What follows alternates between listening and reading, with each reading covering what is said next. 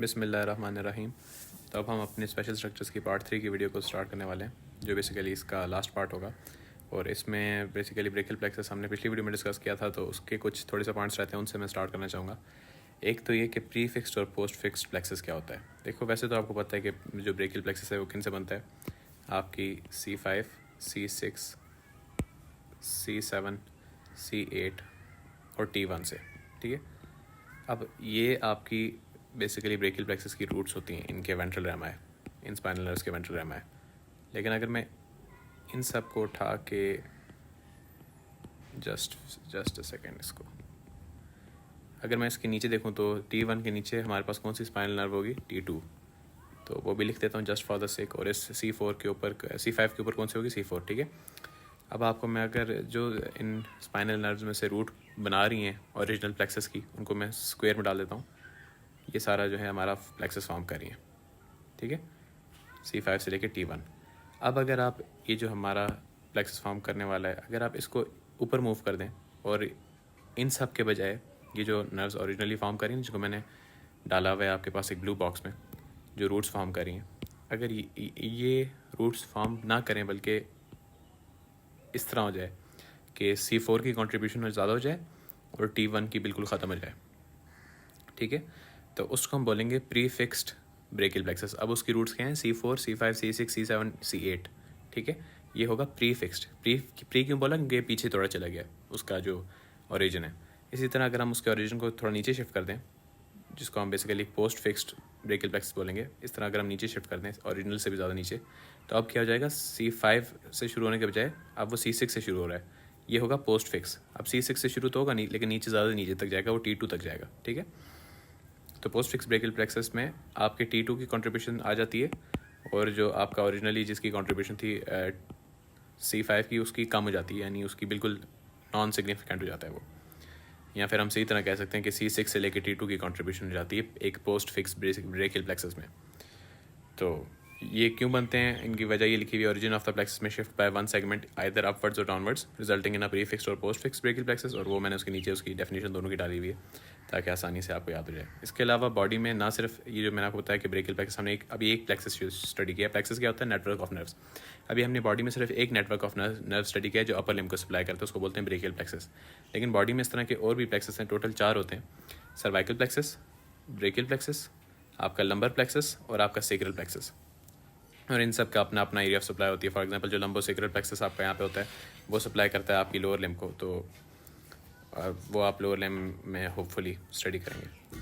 तो ये हमारे ब्रेकियल प्लेक्सस की कुछ बातें जो रह गई थी, ये मैंने अब कर ली हैं। तो अब हम आगे चलते हैं। अगला जो हमारा स्पेशल स्ट्रक्चर है वो है ट्राइंगल ऑफ ऑस्कल्टेशन।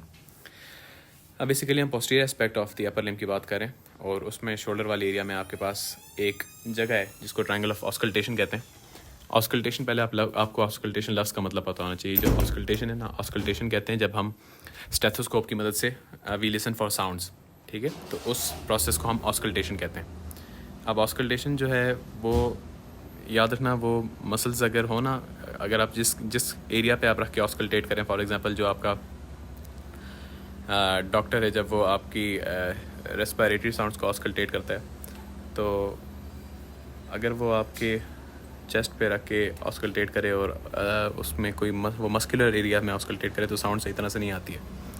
तो हमें हमेशा ऑस्कल्टेशन ऐसे एरिया पे करनी होती है जिसके नीचे मसल्स ना हो, प्रेफरेबली, ठीक है। तो अगर ज़्यादा बड़े मसल्स होंगे तो ऑस्कल्टेशन में मसला होगा, ठीक है, वो साउंड को मफल कर देते हैं। अब ट्राइंगल ऑफ ऑस्कल्टेशन क्या है? ट्राइंगल ऑफ ऑस्कल्टेशन एक ट्राइंगुलर सा एरिया है। किधर है? आपकी back posterior aspect of the scapula वाले रीजन में, ठीक है। तो अब अगर मैं आपको ये दिखाऊं, इसकी पहले हम बाउंड्रीज देख ली, मैंने आप पहले भी डिस्कस किया था जब हम मसल्स डिस्कस कर रहे थे। इसकी बाउंड्रीज जो हैं आपके पास ट्रेपीजियस और लेटिसिमस डॉर्साई बनाते हैं, ठीक है। मसल्स अगर देखें कौन सी इनकी बाउंड्रीज पे हैं, ठीक है, ये इसके अंदर नहीं होते। ये बेसिकली एक ट्राइंगुलर इंटरवल है जहाँ पे कोई मसल नहीं होता, और क्योंकि यहाँ पे मसल नहीं होता तो यहाँ पे ये इन्होंने लिखी हुई है इसकी basically proper definition, this is the only part of the back which is not covered by muscle. Triangle of auscultation क्या है? It is a part of the back which is not covered by big muscles. तो यहाँ पे ऑस्कल्टेशंस बड़े आराम से की जा सकती हैं। किस किस चीज़ की साउंड को आप ऑस्कल्टेट कर सकते हैं यहाँ पे? Respiratory sounds of the apex of the lower lobe of the lung, या सही तरह आप कह सकते हैं respiratory sounds of the lower lobes. आप स्टेथोस्कोप से हेयर कर सकते हैं over this triangle on each side. उसके अलावा लेफ़्ट साइड पे, क्योंकि स्टोमिक का कार्डिक ऑरिफिस होता है, यानी कार्डिक ऑरिफिस क्या होता है, स्टोमिक जो होता है ना, अगर आप स्टोमिक पढ़ा हुआ नहीं तो आपको समझ में नहीं आएगी। स्टोमिक का जो ऊपर वाली ओपनिंग होती है ना, जो ऑसोफेगस जहाँ पे उससे अटैच होता है, उसको हम बोलते हैं कार्डिक ऑरिफिस, क्योंकि वो हार्ट की तरफ होती है। कार्डिक ऑरिफिस बेसिकली क्या है, स्टमक की ओपनिंग है, हार्ट की ओपनिंग नहीं है, स्टोमिक की ओपनिंग है, और जहाँ पे ऑसोफेगस स्टोमिक से अटैच होता है, ठीक है। तो कार्डिक ऑरिफिस, जब आप कोई पानी शानी पीते हैं, सबसे पहले वो ऑसोफेगस से स्टोमिक में आता है ना, या कुछ खाते हैं वो भी स्टोमिक में आता है, तो वो सब कुछ उनकी साउंड्स को आप भी ऑस्कल्टेट कर सकते हैं किस साइड पे, लेफ़्ट साइड पे, क्योंकि आपका स्टोमिक लेफ़्ट साइड पे होता है। तो इसलिए लेफ़्ट साइड पे, सिर्फ लेफ़्ट साइड पे ट्रायंगल ऑफ ऑस्कल्टेशन में आप ये साउंड्स भी ऑस्कल्टेट कर सकते हैं। ये कब की जाती थी, जब एक्सरेज डिस्कवर नहीं हुई थी, तो हम इसको चेक करते थे, यहाँ पे ऑस्कल्टेशन करते थे साउंड्स की, ताकि हमें पता लगे कि ऑसोफेगस का कोई ट्यूमर वगैरह तो नहीं है, कोई कैंसर वगैरह तो नहीं है, क्योंकि कैंसर होगा तो एबनॉर्मल साउंड्स आएंगी, तो उससे अंदाज़ा हो जाता था। अब मैं ट्रायंगल ऑफ ऑस्कल्टेशन आपको मॉडल पे भी दिखा दूंगा, जस्ट फॉर से, क्योंकि मैंने ये पहले मसल्स वाली वीडियो में दिखाया हुआ है, लेकिन अगर किसी ने नहीं देखी हुई तो हम यहाँ पे भी एक दफ़ा देख लेते हैं triangle of auscultation. What is it? It is a part of the back, और इस पार्ट की खास बात क्या है, it is not covered by any big muscles. तो हम यहाँ पे अगर बैक के मसल्स, जो हमारे बिग मसल्स हैं, वो कौन कौन से हैं, ट्रेपीजियस में डाल दूँ, और लेटिसिमस डॉर्सी हमारा दूसरा बड़ा मसल है, लेटिसिमस डॉर्सी, दोनों साइड के लेटिसिमस डॉर्सी भी मैं डाल दिए। अब देखें आपके बैक पे ये जो जगह है ना, इसको मैं क्लोज कर देता हूँ, ये दिस एरिया, जो इन मसल्स के दरमियान में ये वाला एरिया जो मैंने रेड से सर्कल किया है, और मैं इसको ग्रीन से भी कर देता हूँ, क्योंकि यहाँ पे सब कुछ ही रेड है, तो शायद आपको नजर आए, ये green, this area is basically the triangle of auscultation. और यहाँ से आप बेसिकली इस जगह पे रख के, स्टेथोस्कोप रख के आप साउंड्स हेयर कर सकते हैं। ये आपका एक इंटरमस्कुलर इंटरवल है ऑन द बैक, ठीक है।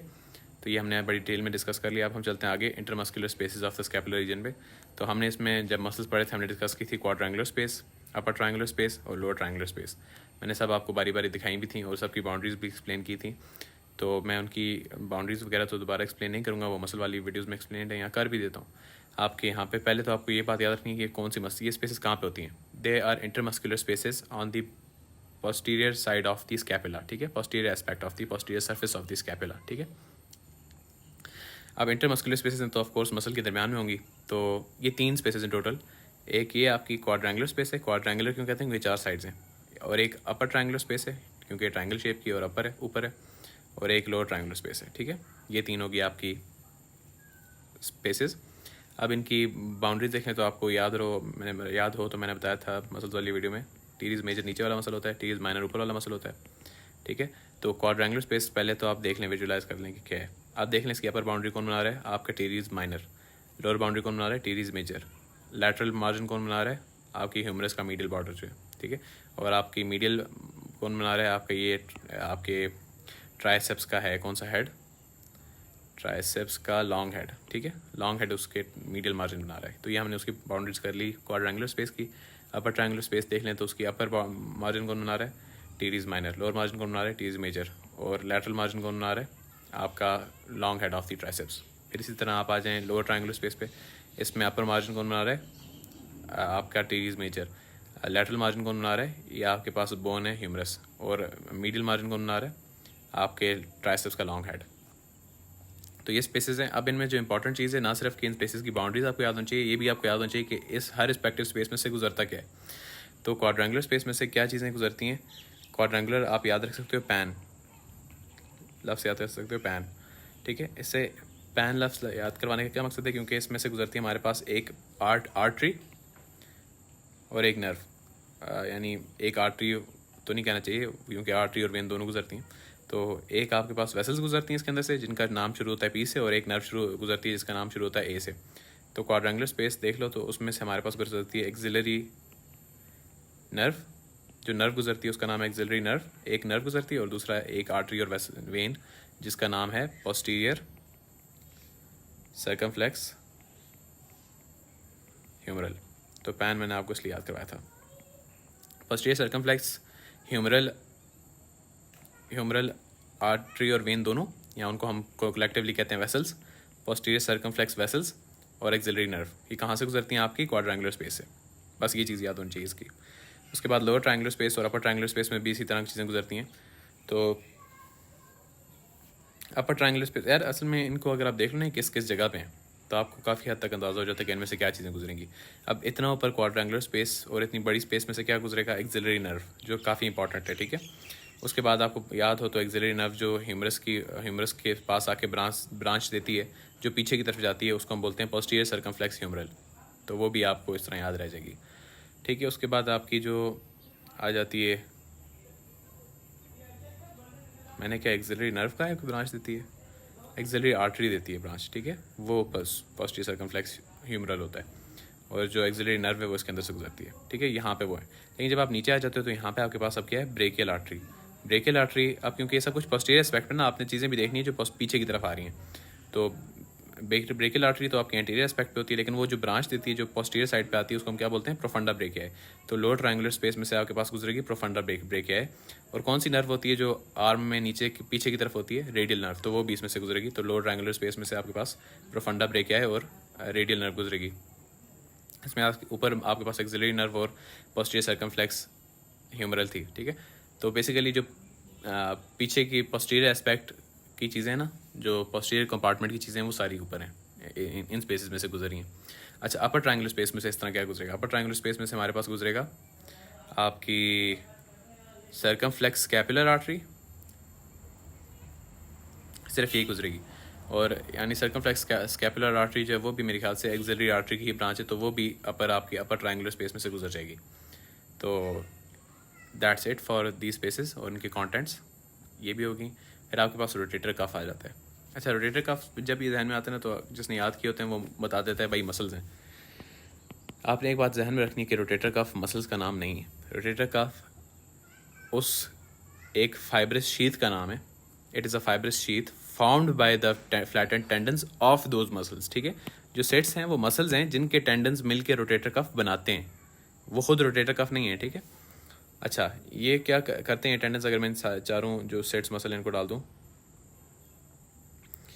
पहले हम ये जो हमने मसल्स डाले थे इनको वो गायब कर देते हैं, फिर हम यहाँ पे जल्दी से आपके रोटेटर कफ मसल्स इनको डाल देते हैं।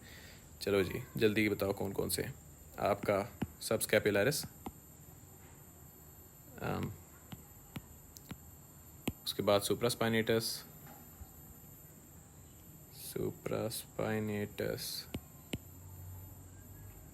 फिर आपका इंफ्रास्पाइनेटस,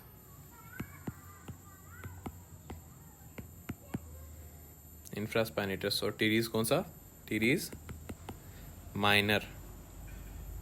तो ये चारों जब हम डाल देते हैं ना, अब मैं अगर आपको इनके टेंडेंस दिखाऊँ ना, देखें उन्होंने किस तरह शोल्डर जॉइंट के क्रॉस, ये जो वाइट वाला पोर्शन थोड़ा सा ना पीछे रेड बेली है, सारी रेड बेली, और आगे जो छोटा सा वाइट पोर्शन है, आपको चारों मसल्स के नज़र आ रहे होंगे वाइट पोर्शंस, ये जिन्होंने यहाँ पे एक कनेक्टिव टिश्यू की शीथ बना ली है इसके गिर्द, ठीक है।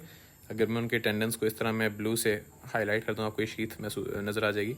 ये एक टेंडन हो गया, ये एक और टेंडन हो गया, ये एक तीसरा टेंडन हो गया, चौथा टेंडन हो गया। उसके अलावा कुछ लिगामेंट्स जो शोल्डर जॉइंट के लगे हुए हैं, इनके साथ मिलके ये एक कनेक्टिव टिश्यू शीथ बना लेते हैं अराउंड दी शोल्डर जॉइंट, जिसको हम बोलते हैं क्या, रोटेटर कफ। तो वो हमारी कफ बन गई है। उसके बाद इसमें सिर्फ यही पता होना चाहिए, बाकी और सारी बकवास ही। इसमें उनके ओरिजिन इंजर्शन दिए हुए हैं, फिर बाकी सारे पैराग्राफ में, और ये बताया हुआ है कि it gives strength to the capsule of the shoulder joint, ठीक है, बस ये बात है। अच्छा, एक सवाल आपको आ सकता है, why the dislocations of the humerus occur commonly in antero inferior direction. वो इसलिए क्योंकि एंट्रो इन्फीरियर डायरेक्शन में डिसलोकेशन इसलिए होती है क्योंकि इन्फीरियरली के अलावा जो ये रोटेटर कफ है ना, चारों तरफ से शोल्डर जॉइंट के कैप्सूल को स्ट्रेंथ देता है। तो इसीलिए जब आपकी डिसलोकेशन होती हैं वो तो एंट्रो इन्फीरियर होती हैं। तो एंट्रो इन्फीरियर डायरेक्शन में डिसलोकेशन होने की वजह ये है कि जो आपका शोल्डर जॉइंट के क्रॉस रोटेटर कफ है वो डेफिशिएंट होता है इन्फीरियरली, ये वजह है, ठीक है। तो ये भी एक इंपॉर्टेंट क्वेश्चन हो सकता है। अच्छा, फिर आ जाता है आपका सब एक्रोमियल बर्सा। सब एक्रोमियल बर्सा मैंने सिर्फ इसलिए डाला है क्योंकि वैसे तो बहुत ज़्यादा बर्सा होते हैं, लेकिन सब एक्रोमियल बर्सा बॉडी का सबसे बड़ा बर्सा है और इस पर अक्सर सवाल आ भी जाता है, ठीक है। तो अभी इसकी लोकेशन मैं आपको पहले मॉडल पे दिखा देता हूँ। सब एक्रोमियल बर्सा, अगर मैं पूरा बंदा उठा लूँ ना, ये फुल स्केलेटन ले लूँ और इसमें फुल डाल दूँ, तो सब एक्रोमियल बर्सा बेसिकली इस जगह पे, ये सबक्यूटेनियस एक्रोमियल बर्सा नहीं है, बल्कि सब एक्रोमियल बर्सा अलग होता है। If I remove the deltoid, तो ये जो इतना बड़ा सा बर्सा अभी निकला है ना इसके नीचे से, ये बेसिकली सब एक्रोमियल बर्सा है। सब डेल्टॉइड बरसा और ये सब एक्रोमियल बरसा, ठीक है। अब यहाँ पे आपको वैसे तो इनमें से आपको देखो कितने ज़्यादा बरसा यहाँ पे, जो ऊपर स्किन के नीचे था वो सब क्यूटेनियस एक्रोमियल बरसा। फिर आता है आपका एक्रोमियन प्रोसेस। सबसे पहले तो आपको एक्रोमियन प्रोसेस का पता होना चाहिए ना क्या है, वरना फ़ायदा नहीं डिस्कशन का। ये जो पीछे से आपकी जो हमने पढ़ा था स्कैपुला में 3 प्रोसेस होते हैं। आगे वाला ये जो छोटा सा कोराकॉइड प्रोसेस जो मेन बड़ा और हाई होता है, सबसे हाई, वो आपका एक्रोमियन प्रोसेस होता है। और पीछे जो आपका स्पाइनस प्रोसेस होता है, ठीक है। तो जो आपका एक्रोमियन प्रोसेस होता है ना, इसके नीचे जो बरसा होगा वो होगा आपका सब एक्रोमियल बरसा। ये आपका क्रोमियन है, इसके नीचे जो होगा यहाँ पे सब एक्रोमियल बरसा होगा। तो अगर हम सब एक्रोमियल बरसा को वापस लिए हैं तो यहाँ पे आपको एक्रोमियन प्रोसेस नज़र आ रहा है ब्लू हुआ हुआ। This is basically the acromion. और इसके नीचे जो बरसा पड़ा हुआ है ये वाला, ये आपका सब एक्रोमियल बरसा है, विच इज़ द लार्जेस्ट बरसा ऑफ द बॉडी। अब इसके फंक्शन क्या है वो हम पढ़ते हैं। वैसे तो हर बरसा का काम, बरसा आपको पता होना चाहिए, it is a fluid filled sac of connective tissue whose main function is to provide lubrication. तो बरसा का अब ये कब लुब्रिकेशन करता है, जब आपकी एबडक्शन होती है आर्म की at the shoulder joint. Abduction आपको ऑफ कोर्स याद होगी क्योंकि मैंने काफ़ी वीडियो मैंने आपको एनिमेशन दिखा के करवाई थी मसल्स वाली वीडियो में। तो उसमें उसको अगर अब अभी हम इग्नोर कर दें तो आपको पता लग जाएगा कि कौन सा मसल है जिसके टेंडन की फ्रिक्शन ये रिड्यूस करता है, सुप्रास्पाइनेटस। याद होगा आपको कि जो आपकी एबडक्शन ऑफ द आर्म है, मैंने जब बताए थे कौन कौन से मसल उसमें इन्वॉल्व होते हैं, तो supraspinatus is involve in initiation of abduction, और वो 0 से 15 डिग्री तक एबडक्शन करवाते हैं आर्म की। फिर ओवरहेड एबडक्शन में जब आपका ग्रेटर ट्यूबरकल ऑफ ह्यूमरस जो है ना आपके एक्रोमियन प्रोसेस के अंडर रोटेट करता है, तो तब भी ये बरसा काम करता है, ठीक है। तो ये दोनों चीज़ें आपको पता होनी चाहिए। अगर मैं आपको बताऊं कि ओवरहेड एबडक्शन, अगर यहाँ पे एबडक्शन की वीडियो मिल जाए मुझे, ये तो हॉरिजॉन्टल है, ये फ्लेक्शन है, 1 मिनट, वो हमने असल में वो आर्म रिमूव किया ना, वो आर्म कह रहा हूँ, वो हमने हेड रिमूव कर दिया उसका, डेल्टॉइड का, जो मेन एबडक्शन करता है, जिसका सेंट्रल हेड होता है। अगर मैं वापस डालता हूँ ठहर उसको, डेल्टॉइड का मिडल हेड वापस ऐड, ये मैंने ऐड कर दिया। एबडक्शन दिखाता हूँ आपको। इसके शोल्डर एबडक्शन इस तरह होती है, इस तरह होती है।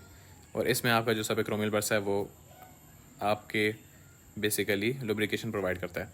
अब होता क्या है कि जब आपका, अभी तो ये सिर्फ 90 डिग्री तक आ रहा है ना एबडक्ट, जब आप ओवर हेड एबडक्शन करते हैं, यानी आप बाजू को इतना ऊपर ले जाते हैं, तो आपका जो ह्यूमरस का हेड है ना वो एक्रोमियन प्रोसेस के नीचे मूव करता है। तो उसको फ्रिक्शन को रिड्यूस करने के लिए उस वक्त आपका सब एक्रोमियल बरसा बड़ा काम आता है। तो ये बेसिकली सब एक्रोमियल बरसा था।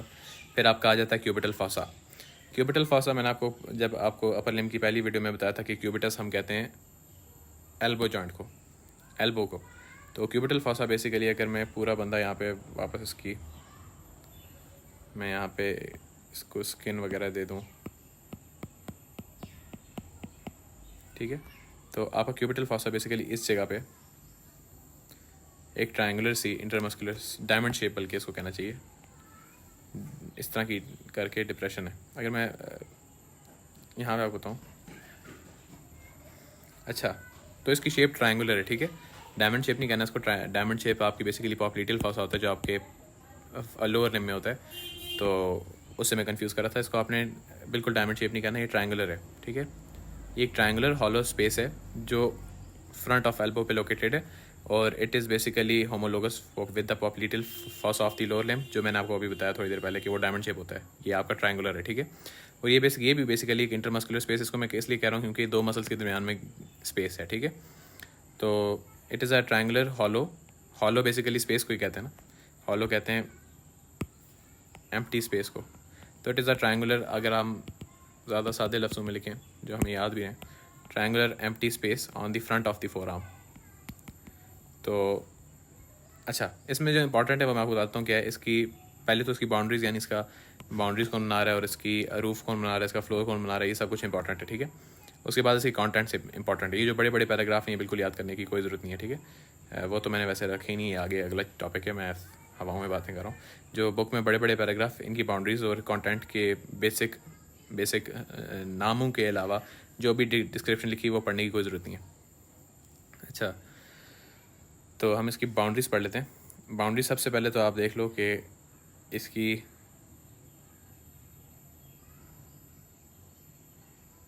बाउंड्रीज कौन बना रहा है। आपका क्यूबिटल फॉसा अगर मैं मॉडल पे ले आऊँ, मैं इसकी स्किन डायसेक्ट कर दूँ। इसके नीचे ये पहले तो आपको पता चाहिए कि जब आप स्किन डायसेक्ट करते हैं ना, सबसे पहले सुपरफिशियल फैशा और स्किन हटाते हैं तो सबसे पहले कुछ क्यूटेनियस वेन्स आती हैं, ठीक है। ये अब क्यूबिटल फॉसा के अंदर नहीं है, क्यूबिटल फॉसा के ऊपर है। ये क्यूबिटल फॉसा का कंटेंट इसलिए कंसिडर नहीं होती, ठीक है। ये क्यूबिटल फॉसा से बाहर है, बेसिकली ऊपर है, छत के ऊपर पड़ी नहीं है। तो उसकी छत में ये बेसिकली, और यही इन्होंने लिखा हुआ है कि roof of the cubital fossa, जो छत है उसकी, पहले तो स्किन थी जो मैंने अभी हटाई है, उसके बाद सुपरफिशियल फैशा आ जाता है, जिसके अंदर हमारे पास ये median cubital when connecting the cephalic and the basilic vein जो है वो यहाँ पे पड़ी हुई है। उसके अलावा lateral cutaneous nerve of the four arm भी यहाँ पे होती है, और medial cutaneous nerve of the four arm भी यहाँ पे होती है, ठीक है। तो जो lateral cutaneous nerve of four arm है वो सेफेलिक वेन की तरफ होती है, और जो medial cutaneous nerve of the four arm है वो बेसिलिक वेन के लॉन्ग होती है, ठीक है। ये वेन्स वैसे हम जब vasculature of the upper limb discuss करेंगे उसमें डिटेल्स में वीनस ड्रेनेज भी डिस्कस करेंगे, लेकिन अभी के लिए सिर्फ ये रटा मार लो के ऊपर क्या क्या है। Medial cutaneous nerve of four arm, lateral cutaneous nerve of four arm, और मीडियन क्यूबिटल वेन, ठीक है। सेफेलिक और बेसिलिक वेन्स भी हैं, ठीक है। वो इसकी रूफ में पड़ी हैं। उसके अलावा फिर आपका डी फैशा है रूफ में, स्किन है, और बाइसेप्टल एपोनेरोसिस। बाइसेप्टल एपोनेरोसिस क्या होता है? बाइसेप्स का टेंडन जो है ना, उसकी एक एक्सटेंशन सी होती है बाइसेप्टल एपोनेरोसिस, और ये अगर यहाँ पे कहीं बना हुआ तो नहीं है, लेट मी सी, अगर मॉडल पे हो, अगर मैं पहले इसकी स्किन में या लिम्फ नोड्स भी पड़े हुए हैं यहाँ पे आपको बड़े साफ नज़र आ रहे हैं, उनको हटाऊँ। ये मैंने हटाई मीडियन क्यूबिटल वेन, ये सेफेलिक वेन हटाई, ये बेसिलिक वेन, और ये लेटरल क्यूटेनियस नर्व्स वगैरह जो पड़ी हैं वो सब हटा रहा हूँ मैं।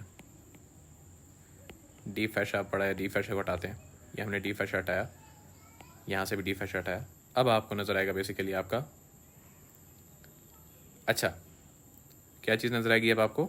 आना तो क्यूबिटल फॉसा नज़र चाहिए, लेकिन आपको रूफ में एक और जो आखिरी चीज़ थी वो नज़र आ रही है कि बाइसेप्स का जो टेंडन है, मैं आपको बताने लगा था कि बाइसेप्स का टेंडन, उसकी एक एक्सटेंशन होती है बाइसेप्टल एपोनेरोसिस, वो इस तरह कवर करती है आपके क्यूबिटल फॉसा की छत बनाती है। ये भी बेसिकली अल्लाह ताला ने एक प्रोटेक्टिव स्ट्रक्चर बनाया हुआ है। बाइसेप्स के टेंडन की extension, a connective tissue sheath तो नहीं कहना चाहिए, a connective tissue covering that forms the roof of the cubital fossa, an extension of the bicipital tendon, ठीक है। इसलिए इसको बाइसेप्टल एपोनेरोसिस कहते हैं। एपोनेरोसिस लफ्ज़ का मतलब वैसे फ्लैट एंड टेंडन होता है, ठीक है। कहीं पे भी फ्लैट एंड टेंडन हो तो उसको हम एपोनेरोसिस बोलते हैं। तो खैर ये हमने बात कर लिया। अब अगर मैं फ्लैट एंड टेंडन को भी हटा दूँ तो नीचे में क्यूबिटल फॉसा और उसके कंटेंट्स वगैरह नजर आने चाहिए। अच्छा, ये आपका बेसिकली क्यूबिटल फॉसा है, जिसके कंटेंट्स भी, लिम्फ नोड्स ढेर सारे मैं हटा दूँ ना, हाँ। तो how does it look? Not very pretty I would say. ये अगर यानी दिखाने के लिए तो ठीक है, क्योंकि इसमें कंटेंट्स पड़े हुए हैं इसलिए आपको फॉसा सही तरह से नज़र नहीं आ रहा। ऐसे कंटेंट्स में क्या क्या है? बाइसेप्स का टेंडन है, बाइसेप्स के टेंडन को आप हटाते हैं तो उसके बाद आपका आ जाती है एक वेन, एक आर्टरी और एक नर्व है, ठीक है। आपकी जो सबसे मीडियन मोस्ट स्ट्रक्चर है वो आपकी medial most structure in the cubital fossa, वो आपके पास आपकी मीडियन नर्व है, ठीक है। तो उसके बाद आ जाती है ब्रेकियल आर्टरी, फिर ब्रेकियल वेन, जो ब्रेकियल वेन, और फिर रेडियल आपकी, मेरे ख्याल से कौन सी नर्व है, एक मिनट, आपकी मीडियन मोस्ट स्ट्रक्चर आपका आ जाता है कौन सा, ये क्योंकि लेफ्ट साइड की ना तो इस तरह है। मीडियल मोस्ट स्ट्रक्चर आपका मीडियन नर्व आ जाती है, फिर आ जाती है आपकी ब्रेकियल आर्टरी, उसमें ब्रेकियल वेन भी दिखाई हुई है जो इसमें नहीं दिखाई हुई, फिर आ जाता है आपका बाइसेप्स का टेंडन, और फिर आपका आ जाता है रेडियल नर्व, ठीक है। तो ये आपका निमोनिक बनता है कॉन्टेंट्स का MBBR, ठीक है। MBBR, MBBS होता है ना, उसकी जगह MBBR कर लो। इस चक्कर में ना पढ़ो कि इसका क्या मतलब है, आर क्यों लगाया, निमोनिक की सेंस नहीं बन रही, बस याद कर लो, ज़िंदगी आसान हो जाती है। MBBR कॉन्टेंट्स में आपको सिर्फ इतना पता होना चाहिए कि मीडियन नर्व है, ब्रेकियल आर्टरी है, फिर रेडियल नर्व है आपकी। रेडियल नर्व ऊपर से इन्होंने वैसे, किधर है रेडियल नर्व? रेडियल नर्व बहुत इन्होंने बनाई हुई भी है। रेडियल नर्व जो होती है ना, बेसिकली आपकी होता क्या है कि वो पहले तो आपको याद हो तो पोस्टीरियर कंपार्टमेंट में थी, वो यहाँ पे थोड़ी देर के लिए आगे आती है और फिर कर्व करके वो दोबारा पीछे चली जाती है, तो वो रेडियल नर्व होगी। तो यहाँ पे ना सारे कंटेंट्स इतनी अच्छी तरह से मॉडल पे ढूंढ नहीं पाया अभी तक, मैं सर्च कर लेता हूँ। रेडियल नर्व, ऐड, ये रेडियल नर्व ऊपर जो सबसे ऊपर ब्लू में ना, ये दिस वन, ये पीछे से आई थी और आगे उसकी ब्रांच बेसिकली उन्होंने दिखाई हुई है और उसका नाम उन्होंने रखा हुआ है फिर मुझे रेडियल नर्व देखनी है बेसिकली, ये कब हाँ दोबारा गायब कर दी वापस ला दो। ठीक है, अब मैं आपको यहाँ पे एक स्क्रीनशॉट लेके इनके सारे कंटेंट्स एक दफ़ा लिख देता हूँ ताकि हमें बार बार इस मॉडल को ना खोलना पड़े। यह आ जाती है आपकी रेडियल नर्व। ये जो बाकी नर्व्स है ना, ये जो बीच में पड़ी ये क्यूटेनियस नर्व है, ठीक है, स्किन में है, क्योंकि यहाँ पे डीप का हम फ़र्क नहीं कर सकते क्योंकि स्किन तो मैंने हटा दी है, तो इसलिए इसको आप रहने दो अभी, ये आपके कंटेंट उस तरह नहीं है। फिर आ जाती है आपका बाइसेप्स का टेंडन, जो मैंने अभी हटा दिया था थोड़ी देर पहले, बाइसेप्स का टेंडन। और फिर आपकी ब्रेकियल आर्टरी, और मीडियन मोस्ट स्ट्रक्चर है आपका मीडियन नर्व। तो ये आगे बेसिकली सारे स्ट्रक्चर्स हैं MBBR करके, के median nerve, brachial artery, biceps का टेंडन और रेडियल नर्व। ठीक है, ये इसी ऑर्डर में याद रखने होते हैं, फ्रॉम मीडियल टू लेटरल। ठीक है, ऑर्डर भी आपको याद रहना चाहिए। तो ये सारा मैंने सेव कर दिया, आपको मैंने मॉडल पे भी दिखा दिया। क्यूबिटल फॉसा, तो बेसिकली जो बाउंड्रीज ऑफ क्यूबिटल फॉसा जब आप कहते हैं ना, मैं इनके कॉन्टेंट्स आप हटा दूँ यहाँ पे तो हमारी ज़िंदगी थोड़ी आसान हो जाए।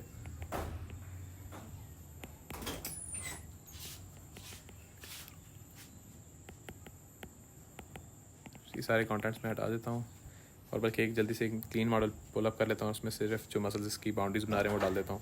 तो जो मसल्स की बाउंड्रीज बनाते हैं आपके पास, वो यहाँ पे कौन कौन से मसल्स हैं आपका ब्रेकियोरेडियालिस और आपका प्रोनेटर टीरीज, ये दो मसल हैं जो क्यूबिटल फॉसा की बाउंड्रीज बनाते हैं। तो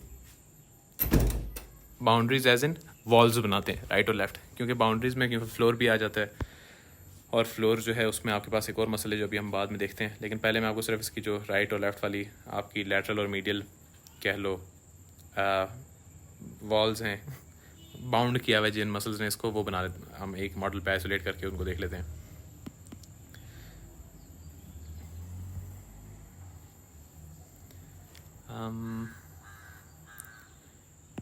ब्रेकियोरेडियालिस,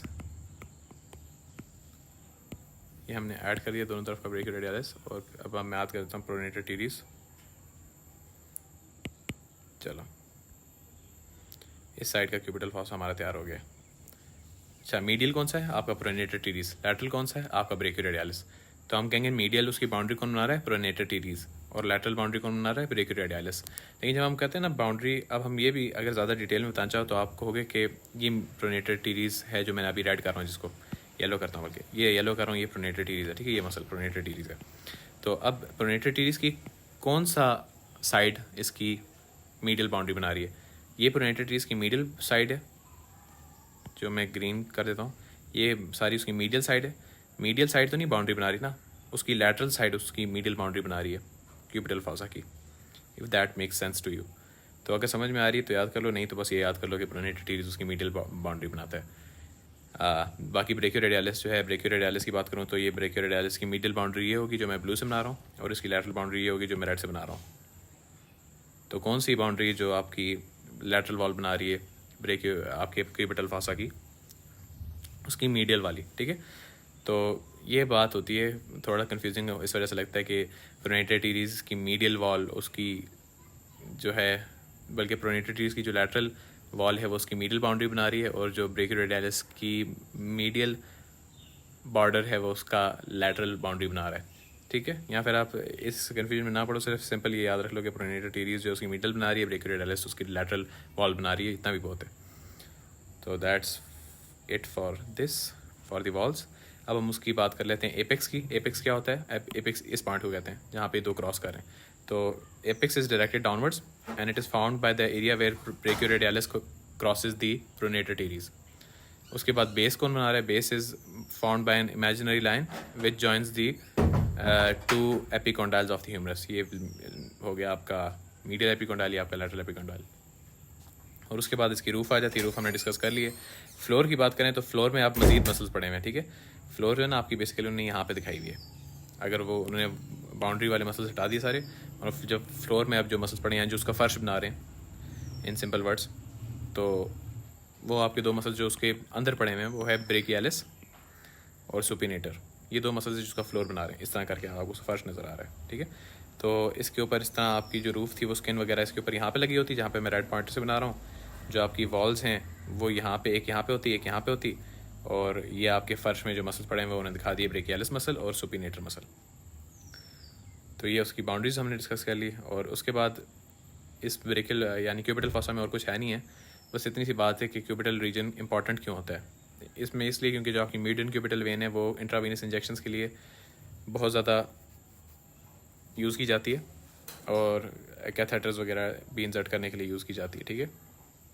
उसके अलावा ब्लड प्रेशर आपका ब्रेकियल आर्टरी को ऑस्कल्टेट करके निकाला जाता है, लेकिन ये भी आपने ध्यान में रखना है कि किस एरिया में, in front of the elbow. जब हम बीपी लेते हैं तो हम क्यूबिटल फॉसा वाले रीजन में हम जो ब्रेकियल आर्टरी है उसको ऑस्कल्टेट करते हैं विद स्टेथोस्कोप, ठीक है।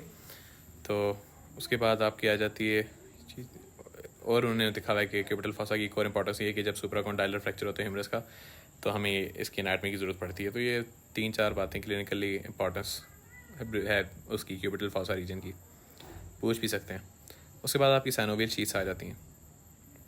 साइनोवियल शीट्स बेसिकली क्या होती हैं? साइनोवियल शीट एक fluid filled connective tissue covering है जो आपके लॉन्ग टेंडन्स पे बेसिकली होती है। क्यों होती है? फ्रिक्शन रिड्यूस करने के लिए होती है। तो मैंने आपको बताया लफ्ज़ साइनोवियल का क्या मतलब है। साइन जो लफ्ज़ है ना, साइन, इसका मतलब होता है सिमिलर टू।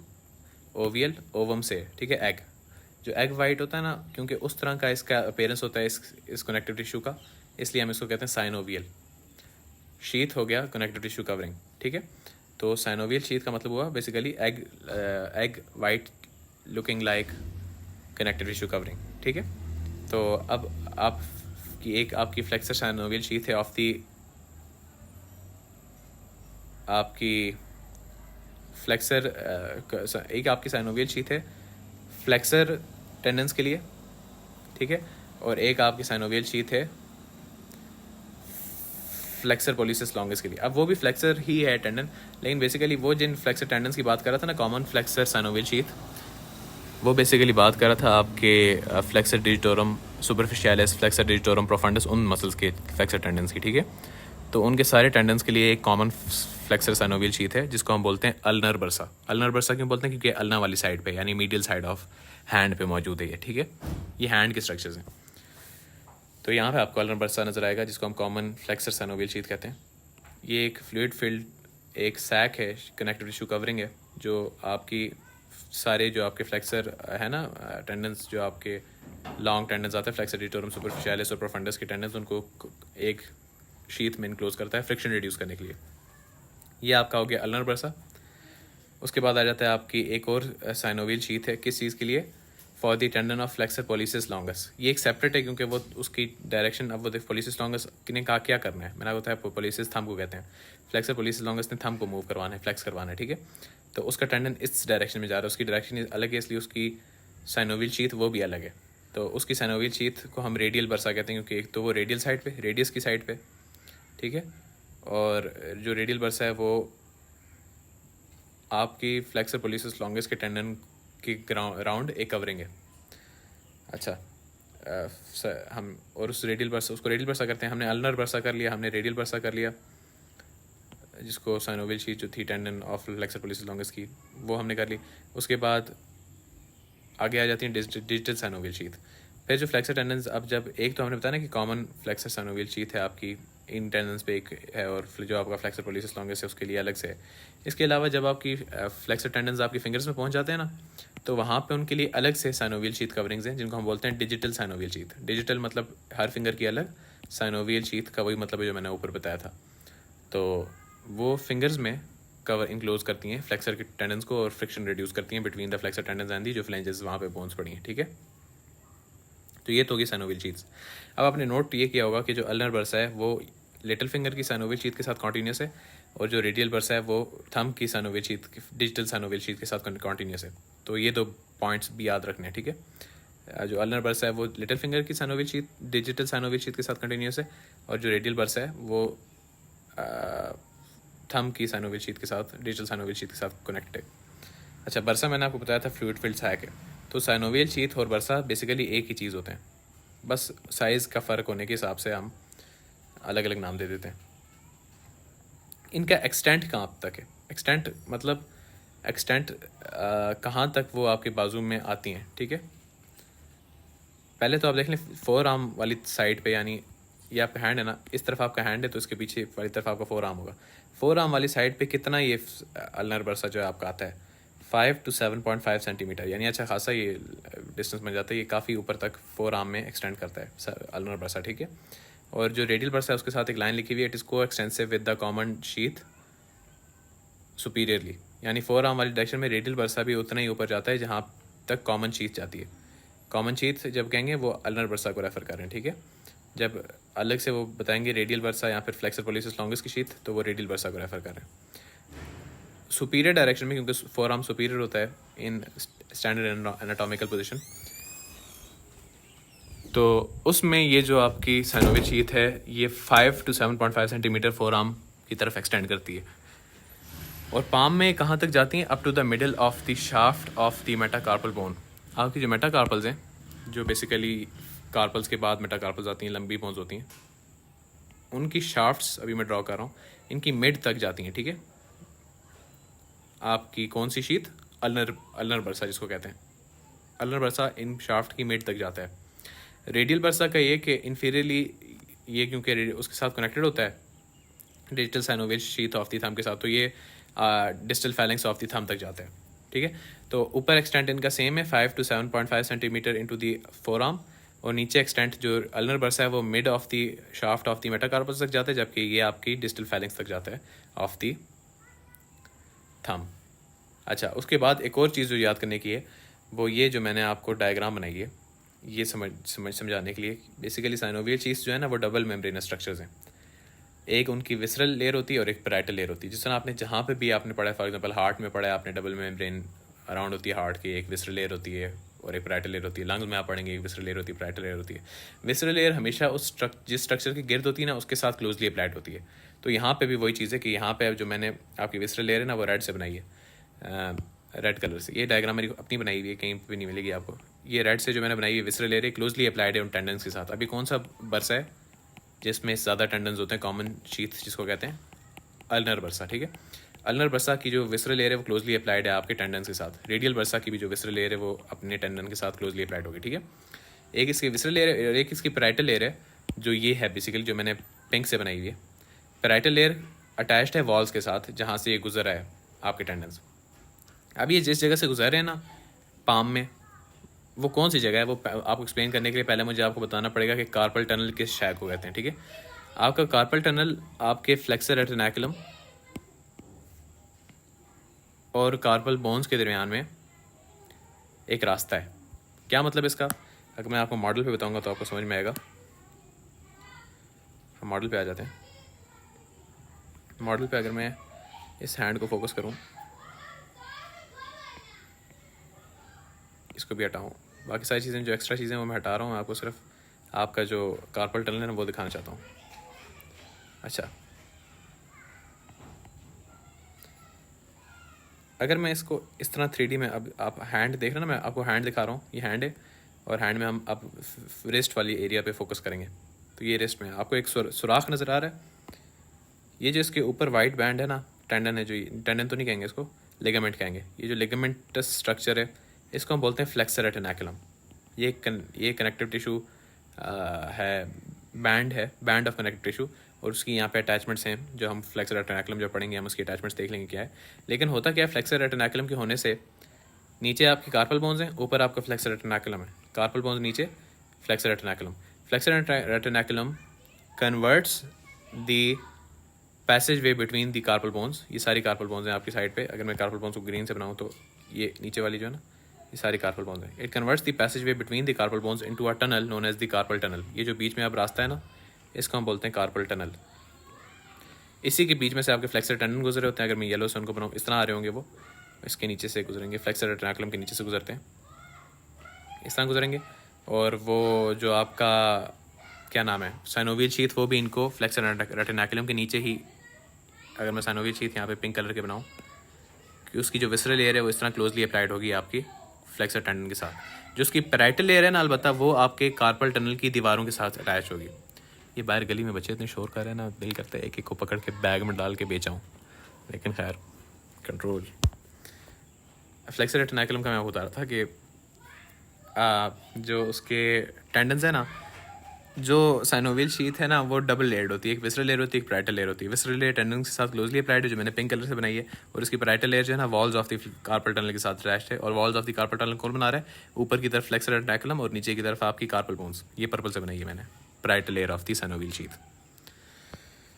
अच्छा, ये टनल अब आपको ज़रा 3D में भी दिखा देता हूँ। यहाँ से हम इसके अंदर से जाते हैं, या हम कार्पल टनल के अंदर से गुजरें, जिस तरह कोई नर्व या आर्टरी गुजरती है। खैर, that should explain stuff for you. दो चीज़ें हमने एक ही साथ फड़का दी, कार्पल टनल भी और इसकी लेयर्स भी। लेयर समझानी जो है, आप जब आप डिस्क्राइब कर रहे होंगे और आपको थोड़ा बड़ा आंसर लिखना है तो आप उसमें सब कुछ लिख सकते हैं। अच्छा, ये सब कुछ हो गया, डिजिटल साइनोवियल शीथ भी हो गया। अच्छा, मैंने आपको बताया कि थंब की डिजिटल साइनोवियल शीथ कॉन्टीन्यूस है रेडियल बर्सा के साथ, लिटिल फिंगर की अल्नर बर्सा के साथ। तो बाकी जो है रिंग फिंगर और आपकी index finger, sorry ring finger और इंडेक्स फिंगर, मिडिल फिंगर और रिंग फिंगर, इनकी इंडिपेंडेंट जो आपकी साइनोवियल शीथ है वो इंडिपेंडेंट है, वो किसी के साथ अटैच नहीं है, ठीक है। फिर एक छोटी सी चीज़ और है, विनक्यूला लॉन्गा एंड ब्रेविया। विनक्यूला लॉन्गा एंड ब्रेविया क्या है? Basically they are synovial folds. Synovial fold मतलब ये आपकी जो कनेक्टिव टिश्यू है ना, उसकी एक्सटेंशंस हैं। किस साइनोवियल क्यों कह रहे हैं? उसी वजह से कि उनका अपीयरेंस इनका एग वाइट की तरह होता है, ठीक है। They are folds which connect the tendon to the phalanges. तो ये जो आपका लॉन्ग फ्लेक्सर टेंडन आ रहा है, या बेसिकली क्रॉस सेक्शन दिखाया हुआ है, लॉन्ग फ्लेक्सर टेंडन आपके फिंगर के अंदर आ चुका है, वो आ रहा है आपकी डिस्टल फैलेंक्स पे इंसर्ट हो रहा है, ठीक है। ये आपका दूसरा टेंडन है जो मिडिल फैलेंक्स पे इंसर्ट हो रहा है, ठीक है। इनकी फोर्स को ट्रांसमिट कौन करता है फिंगर्स पे? ये विनक्यूला लॉन्गा और ब्रेविया या synovial folds that connect the long tendons to the phalanges. उसके अलावा एक और काम करते हैं, जो आपकी टेंडन्स है ना, टेंडन्स को भी न्यूट्रिशन चाहिए होती है, ठीक है। टेंडन्स भी आपके किसी और बॉडी के किसी भी टिश्यू की तरह टिश्यूज़ हैं, ठीक है। उनको भी कनेक्टिव टिश्यू, उनके अंदर सेल्स होते हैं, उनको खाना चाहिए, ठीक है। उनको वेसल्स, जो ब्लड वेसल्स हैं, वो कहाँ से आती हैं? जो आपको बोन को आर्टरी सप्लाई करी होती है, हम पढ़ते हैं न्यूट्रिएंट आर्टरी तो बोन्स, उसकी ब्रांचेस इन विनक्यूला लॉन्गा और ब्रेविया के अलॉन्ग इन टेंडन्स के अंदर जाती हैं, तो उनको ब्लड सप्लाई भी प्रोवाइड करती हैं। तो ये दो चीज़ें यहाँ पर लिखी हुई हैं, एक तो ये कनेक्ट करती हैं टेंडन को फ्लेंजेस से, और दूसरा ये वेसल सप्लाई करती हैं to the tendon. They are the remnants of mesotendon. Mesotendon मुझे नहीं पता, ना मेरे फरिश्तों को पता है क्या होता है, और ये मैंने ऐसे ही लाइन डाल दी ताकि आपको MCQ अगर आ जाता है आ जाए। वैसे तो मुझे अभी तक हमने एमब्रियो में पढ़ा नहीं है, इसलिए पता नहीं है कि ये क्या होता है, और ना मैं अभी इतनी फुर्सत करने वाला हूँ कि मैं देखूँ ये क्या चीज़ होती है। अच्छा, फिर आ जाता है आपका पामर एपोनेरोसिस। आपके पाम का जो डीप फैशा है ना, इफ़ आई वर टू, ये आपके पाम का जो डीप फैशा है ना, जो यहाँ पे बेसिकली मुख्तलिफ स्ट्रक्चर्स के तौर पे अरेंज है, ये आपका पामर एपोनेरोसिस, आपका फ्लेक्सर रेटिनाकुलम, आपकी डिजिटल जो ये फाइब्रस फ्लेक्सर शीट्स हैं वो सारी, वो बेसिकली आपके डीप फैशा की मॉडिफिकेशन हैं। आपके हैंड में आके डीप फैशा की 3 मॉडिफिकेशन बनती हैं इंपॉर्टेंट, जो अभी हम पढ़ेंगे। हाँ, तो मैं बता रहा था कि पाम में 3 मॉडिफिकेशन है डीप फैशा की जो हम स्टडी करते हैं, और वो 3 मॉडिफिकेशन क्या हैं डीप फैशा की? क्या आपके पाम में सबसे पहले तो स्टार्ट में ही आपका बन जाता है डीप फैशा की मॉडिफिकेशन है आपका फ्लेक्सर रेटिनाकुलम, ठीक है। फिर एक मॉडिफिकेशन है आपकी डीप फैशा की, ये जो आपको सामने नज़र आ रहा है ये स्ट्रक्चर, ये वेब सा, ये बेसिकली आपका कहलाता है पामर एपोनेरोसिस, ठीक है। फिर आपकी फिंगर्स में डीप फैशा की मॉडिफिकेशन है फाइब्रस फ्लेक्सर शीट्स, जो इनक्लोज करती हैं आपकी फिंगर के फ्लेक्सर टेंडन को भी, फ्लेक्सर शीट्स। तो ये 3 डीप मॉडिफिकेशंस जो हैं डीप फैशा की, ये भी अभी हम इस वीडियो में डिस्कस करेंगे। फ्लेक्सर रेटिनाकुलम पे आ जाते हैं जल्दी से। आपका फ्लेक्सर रेटिनाकुलम ये है, फ्लेक्सर रेटिनाकुलम। रेटिनाकुलम का आपको पहले लफ्ज़ का मतलब बताना चाहिए। रेटिनाकुलम का मतलब होता है बैंड। तो फ्लेक्सर रेटिनाकुलम क्या है? It is a strong fibrous band, fibrous है ज़ाहिर है डीप फैशा की मॉडिफिकेशन है, which bridges the anterior concavity of the carpus. Carpus कहते हैं रेस्ट को, ठीक है। रेस्ट की एक बोन्स इस तरह अरेंज होती हैं कि अगर आप यहाँ पे देखें ना, ये सारी बोन्स हैं आपकी जो मैं ग्रीन से हाईलाइट कर रहा हूँ, तो ये ना अपने ऊपर एक कॉनकेव शेप बनाती हैं। जैसा ये जो मैं इनकी ऊपर की सरफेस है ना, देखो ये कॉनकेव है, तो इस कॉन्कैविटी को आपकी जो फ्लेक्सर रेटिनाकुलम है वो एक टनल में कन्वर्ट करता है। कार्पल टनल किस तरह कन्वर्ट करता है? इसके ऊपर इस तरह छत का काम करता है, तो ये एक टनल में कन्वर्ट हो जाती है, ठीक है। तो it is a strong fibrous band which bridges the anterior concavity of the carpus and converts it into a tunnel known as the carpal tunnel. हो गया। उसके बाद आ जाते हैं इसके अटैचमेंट्स। अब अटैचमेंट्स जो है फ्लेक्सर रेटिनाकुलम की वो क्या क्या हैं? Medially to the pisiform bone and the hook of hamate. अगर आपको याद हो, जब मैंने आपको बोन्स करवाई थी, मैंने आपको वो निमोनिक बताया था कि she likes to play table tennis, cricket and hockey. तो आपकी जो मैंने आपको बताया था कि ये फ्रॉम लैटरल टू मीडियल है, ठीक है, first digit from the thumb side से, ठीक है। तो मैं आपको बेसिकली ये क्यों बता रहा हूँ कि मीडियल साइड कौन सी होगी, जहाँ पे पिसी फॉर्म वगैरह, यानी ये आपकी मीडियल साइड होगी और ये आपकी लैटरल साइड होगी। ये मैं आपको बेसिकली क्यों लिखवाया है नमूने के यहाँ पे अभी, ये मैं इसलिए लिखवा रहा हूँ क्योंकि अगर आप मीडियली अटैचमेंट्स देखें तो वो मीडियल मोस्ट बोन्स पे हैं। फर्स्ट रो में आपकी पिसी फॉर्म है मीडियल मोस्ट, तो पिसी फॉर्म बोन पे मीडियल अटैचमेंट है, और सेकंड रो में मीडियल मोस्ट बोन जो है आपकी हैमेट है, तो होक ऑफ हैमेट पे इसकी अटैचमेंट है। इस तरह आपको मीडियल अटैचमेंट याद हो जाएगी। लैटरल अटैचमेंट्स भी इसी तरह याद करनी है कि स्कैफॉइड है, फर्स्ट रो में स्कैफॉइड है, लैटरल मोस्ट बोन तो स्कैफॉइड है इसकी लैटरल अटैचमेंट, और सेकंड रो में आपकी ट्रैपीजियम है, तो वो इसकी सब जो है लैटरल मोस्ट अटैचमेंट है लैटरल साइड पे, ठीक है। तो ये आपके फ्लेक्सर रेटिनाकुलम की अटैचमेंट्स होगी। और अच्छा, इस फ्लेक्सर रेटिनाकुलम के अटैचमेंट के बाद एक और बात जो आपने ध्यान रखनी है कि ऑन ईच साइड जो फ्लेक्सर रेटिनाकुलम है उसकी एक अटैचमेंट है, ठीक है। लैटरल साइड पे, लैटरल साइड कौन सी है, अगर मैं इस पर सबसे पहले गंद रेज कर दूँ जो मैंने बनाई हुई है इस पर, हाँ, लैटरल साइड आपकी ट्रैपीजियम और स्कैफॉइड वाली साइड है, ठीक है, थंब वाली साइड। वहाँ पे आपका जो फ्लेक्सर रेटिनाकुलम है वो एक डीप स्लिप देता है। डीप स्लिप क्या है, डीप एक्सटेंशन है उसकी, वो जाके फिर आपके ट्रैपीजियम पे ही अटैच होती है डीप स्लिप, ठीक है। इससे क्या होता है, जो आपका ट्रैपीजियम पे ग्रूव होता है ना एक टेंडन के लिए, किस टेंडन के लिए होता है, for the tendon of the flexor कार्पाई radialis. Flexor कार्पाई radialis tendon का जो ग्रूव है, जो ट्रैपीजियम पे ग्रूव एक बना हुआ था, वो कन्वर्ट हो जाता है एक टनल पे, और उस टनल को हम कोई ख़ास नाम नहीं दे रहे, अल्लाह का शुक्र है। अलबत्ता ये आपने याद रखना कि लैटरल साइड पे जो स्लिप होती है वो डीप स्लिप होती है पहली बात, और वो कन्वर्ट करती है आपके ट्रैपीजियम के ऊपर एक कॉन्कैविटी थी जिसमें से आपका फ्लेक्सर कार्पाई रेडियालिस का टनल गुजरा था, उसको एक कन्वर्ट करती है एक टनल में, ठीक है। मीडियल साइड पे क्या है, मीडियल साइड पे एक सुपरफिशियल स्लिप है, सुपरफिशियल स्लिप है, और वो कहाँ पे अटैच हो रही है, वो पिसीफॉर्म बोन पे ही अटैच होती है, क्योंकि मीडियल साइड पे पिसीफॉर्म बोन ही है ना, तो ये खुद भी यहीं पे पिसीफॉर्म पे अटैच होता है इस तरह। और जो मीडियल इसकी सुपरफिशियल स्लिप है वो भी घूम के मसल बीच में कोई आया हुआ है, थिनार मसल यहाँ हाइपोथिनार, इसको कुछ क्रॉस करके दोबारा पिसीफॉर्म पे अटैच होती है, यानी दोनों उसकी स्लिप भी और ख़ुद भी वो पिसीफॉर्म पे अटैच होती है। इस सुपरफिशियल स्लिप में से क्या गुजरता है, अल्नर आर्टरी और अल्नर नर्व, अल्नर वेसल और अल्नर नर्व, ठीक है, इसके अंदर से गुजरती हैं सुपरफिशियल स्लिप के अंडर से। तो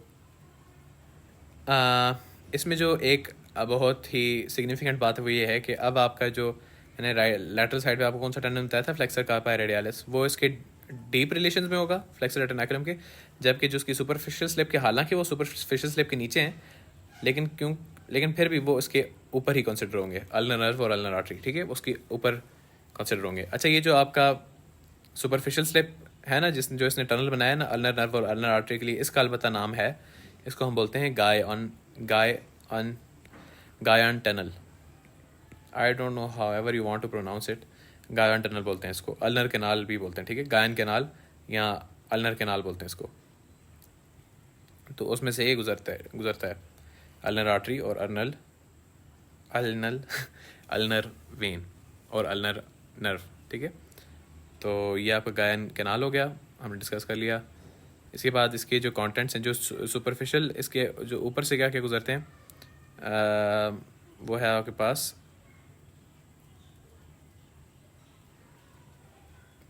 अल्नर नर्व्स और अल्नर वेसल तो होगी ना, फिर टेंडन ऑफ द पामेरस लॉन्गेस्ट, याद रखना हमेशा फ्लेक्सर रेटिनाकुलम के ऊपर से गुजरता है। पामर क्यूटेनियस ब्रांच जो है अल्नर नर्व की, वो फ्लेक्सर रेटिनाकुलम के ऊपर से गुजरती है, और आपका पामर क्यूटेनियस ब्रांच जो है मीडियन नर्व की, वो भी फ्लेक्सर रेटिनाकुलम के ऊपर से गुजरती है, हालांकि मीडियन नर्व फ्लेक्सर रेटिनाकुलम के नीचे से गुजरती है। जब मीडियन नर्व फ्लेक्सर रेटिनाकुलम के नीचे से गुजरने वाली होती है ना, तो उससे पहले वो एक ब्रांच देती है क्यूटेनियस ब्रांच, और वो फ्लेक्सर रेटिनाकुलम के ऊपर से गुजर जाती है, ठीक है। और नीचे से क्या क्या स्ट्रक्चर्स गुजरे हैं आपके, फ्लेक्सर डिटोरम सुपरफिशियलिस सुपरफंडस के टेंडेंस, आपकी मीडियन नर्व, आपके फ्लेक्सर पॉलिसिस लॉन्गस का टेंडन, आपका अल्नर बर्सा रेडियल बर्सा, ये बेसिकली रेडियल बर्सा जो है बेसिकली आपके फ्लेक्सर पॉलिसिस लॉन्गस के टेंडन को सराउंड करा था, तो वो, और ये जो चारों हमारे टेंडन्स हैं डिटोरम सुपरफिशियलिस और प्रोफंडस के, टोटल 8 हो गए, ये भी सारे इनको कवर करने वाला अल्नर बर्सा, वो भी नीचे से गुजरता है, ठीक है, सारी चीज़ें नीचे से गुजरती हैं, हमने पहले डिस्कस भी किया है। फ्लेक्सर कार्पाई रेडियालिस का टेंडन जो है वो रेटिनाकुलम और उसकी डीप स्लिप, मैंने आपको पहले जो बताई थी डीप स्लिप, उसमें से गुजर रहा है, ठीक है। ये सारी चीज़ें होंगी। नर्व कौन सी है जो डीप गुजरी है, मीडियन नर्व। ये क्यों इंपॉर्टेंट है, क्योंकि आगे हम कुछ चीज़ें पढ़ेंगे, कुछ डिजीज़ जिसमें ये जो रास्ता है टनल का ये थोड़ा सा नैरो हो जाता है किसी भी वजह से, क्या फ्रैक्चर हो गया है या कोई इन्फ्लेमेशन हो गई है, तो वो प्रेशर डालता है किस नर्व पे, मीडियन नर्व पे, और उसको हम बोलते हैं कार्पल टनल सिंड्रोम। तो वो क्लिनिकल्स में डिस्कस होगा, लेकिन फ़िलहाल के लिए फ्लेक्सर रेटिकुलम इतना ही है। ठीक है, रिलेशंस पढ़ लिया आपने, इसकी अटैचमेंट्स पढ़ ली और होता क्या है ये पता चल गया। ठीक है, उसके बाद हमारे पास आ जाता है पामर एपोनेरोसिस। पामर एपोनेरोसिस क्या है, वो deep fascia of the palm के लिए ये टर्म यूज़ होती है, लेकिन central part of the deep fascia of the palm अगर हम बोलें तो ज़्यादा एक्यूरेट बात है। Central part of the deep fascia of the palm को हम पामर एपोनेरोसिस कहते हैं। It is a thickening of the deep fascia. उसके बाद ये जो है आपकी सुपरफिशियल पामर आर्च जो ब्लड वेसल्स होती हैं ना उनको कवर करता है, ये उनको प्रोटेक्शन देता है। ठीक है, हालांकि वो सुपरफिशियल होती है, वो डीप नहीं होती है। पामर आर्च क्या होती है बेसिकली, आपकी वो जो ब्लड वेसल्स एक एनास्टोमोसिस बनाती है ना, उसको कहते हैं सुपरफिशियल पामर आर्च। और लॉन्ग फ्लेक्सर टेंडेंस को ये कि सुपरफिशियल होती है, यानी उनको भी प्रोटेक्शन देती है, और terminal part of the median nerve भी इसके नीचे होती है, उसको भी ये प्रोटेक्शन देती है। उसके अलावा superficial branch of the ulnar nerve भी इसके नीचे होती है, यानी पामर एपोनेरोसिस बेसिकली इन सब को प्रोटेक्शन देता है। आपके पामर सुपरफिशियल पामर आर्च को, superficial branch of the ulnar nerve को, लॉन्ग फ्लेक्सर टेंडेंस को, और terminal part of the median nerve को। अच्छा, it fixes the skin of the palm as well and improve grip. तो grip में भी इसका रोल होता है। फीचर्स क्या है इसके, it is triangular in shape, apex इसका प्रॉक्सिमल होता है, ब्लेंड करता है फ्लेक्सर रेटिकुलम के साथ। आपका जो डिस्टल पार्ट है इसका वो 4 हिस्सों में डिवाइड करता है। 4 हिस्से फिर सुपरफिशियल और डीप लेयर्स देते हैं। सुपरफिशियल और डीप लेयर, सुपरफिशियल लेयर इसकी डर्मिस के साथ ब्लेंड कर जाती है। जो डीप लेयर है ना इसकी, वो मज़ीद 4 स्लिप्स में डिवाइड कर जाती है। और यानी ये बड़ी डिटेल इसकी, अगर मैं इसका एक क्रॉस इस तरह सैजिटल सेक्शन लेके बनाऊँ ना आपको बताऊँ, तो आपका याद रखना सैजिटल सेक्शन है, मतलब हम साइड से इसको इस तरह देख रहे हैं, इस तरह इस साइड से हम इस एंगल से देखें। अगर मैं आँख बनाऊँ ना यहाँ पे, ये हम इस एंगल से आप इसको देखेंगे तो आपको क्या नज़र आएगा कि प्रॉक्सिमली ये आपकी प्रॉक्सिमली सिंगल लेयर्ड है। ठीक है, यहाँ पे डिवाइड होता है इनटू सुपरफिशियल लेयर और डीप लेयर। सुपरफिशियल लेयर जो है वो आपकी ब्लेंड कर जाती है with the dermis of the skin. Dermis को मैं यहाँ पे पिंक से बना देता हूँ, तो ये डर्मिस में जाके शामिल हो जाती है। जो डीप लेयर है वो डिवाइड करती है 4 हिस्सों में, 1 2 3 और 4 हिस्सों में डिवाइड करती है। उसके बाद जो 4 हिस्से हैं वो दोबारा डिवाइड करते हैं इनटू 2 पार्ट्स। अगर मैंने 4 हिस्सों को करीब से देखें तो ये 4 हिस्से मज़ीद 2 पार्ट्स में डिवाइड करते हैं, जो इनक्लोज करेंगे बेसिकली फ्लेक्सर टेंडेंस को। क्योंकि डीप का क्या मतलब है कि इसके नीचे क्या पड़ी हुई है, आपकी बोन्स पड़ी हुई हैं, कार्पल बोन्स पड़ी हुई हैं। और कार्पल बोन्स के ऊपर क्या टेंडेंस हैं, कौन से टेंडेंस हैं आपके लॉन्ग फ्लेक्सर टेंडेंस जो है ना वो यहाँ पे इस तरह आ रहे होते हैं।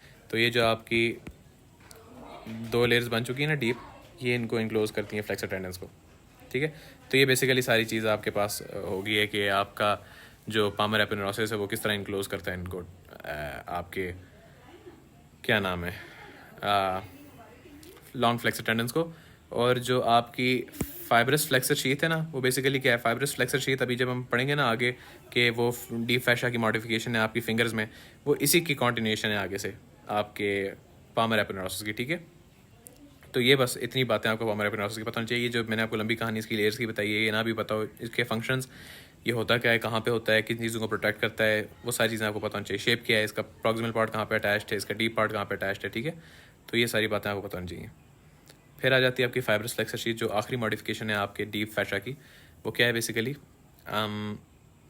तो हमें पता है कि it is made up of the deep fascia. ठीक है, it is modification of the deep fascia attached to the sides of the phalanges and across the base of the distal phalanx.